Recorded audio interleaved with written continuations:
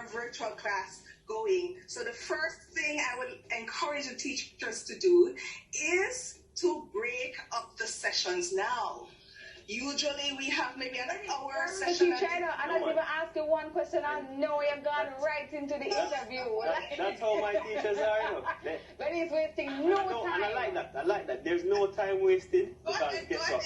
We have so much to get done, right? And I love that because a lot of times you find teachers online, you stop talking. No. You get straight to the point, and I love that. Yes, because the attention span, Venice, how do you find that? How do you really keep the student engaged, in an online space when you can't really see when they're veering off and looking left and, being distracted elsewhere? All right, so I was saying that you should just break up the classes because in the Jamaican system, we like to have long classes for 3 to 5 year olds, and the poor picnic them. So I would suggest that you break up the classes in shorter sessions. So do content for about 15 minutes and then have a break. Have a nice song to sing or fun little activity or play with the class mascot. I would suggest have a class mascot. This is Donnie from Peru, and we'll chat to Donnie a bit to break up the monotonous flow of the child's virtual class. Well, Denise, what my experience has been is that has transferred into the workspace because you have meetings for 2 hours and it just goes and goes. My boss would break it up into like 15 minutes, and every 15 minutes we take a 2-minute break. So I really like that. But I don't think we're using technology to our advantage.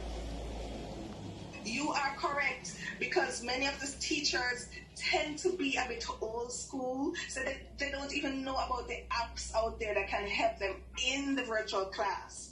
So some apps that you can use as teachers include like Kahoot, that you can use to do online games, Animoto, Storybird, EduClipper, Class Dojo, and don't forget the ever-present YouTube. Hello!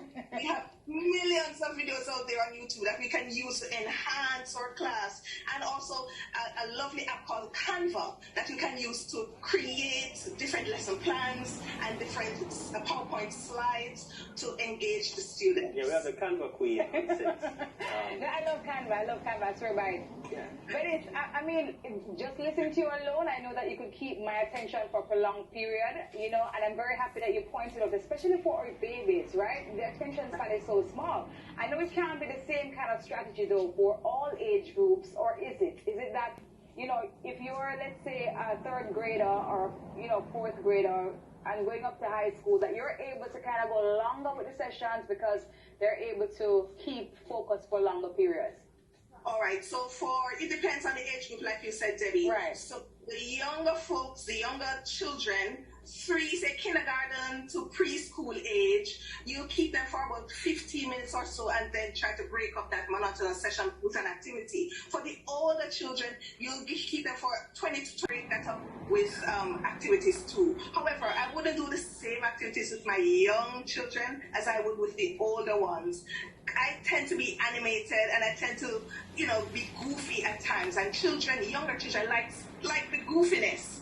Older kids think it's corny, yeah. So you can come with something else for them.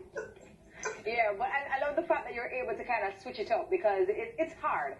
And then the emotional part of it, because, right. Online, it can still feel very cold and just feel like you're just here to teach a lesson versus kind of getting to understand a child.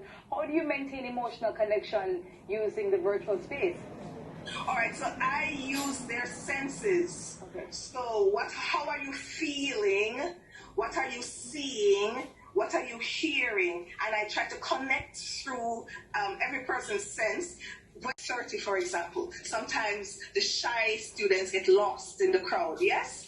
And sometimes those that are slower get lost. So I have them do cards. They can either color paper differently, or they just can have different cards. Of course, they have the different colors. They have red, yellow, and green. Red means, Miss, I don't really understand. Stop a minute. Let me go over the content for you.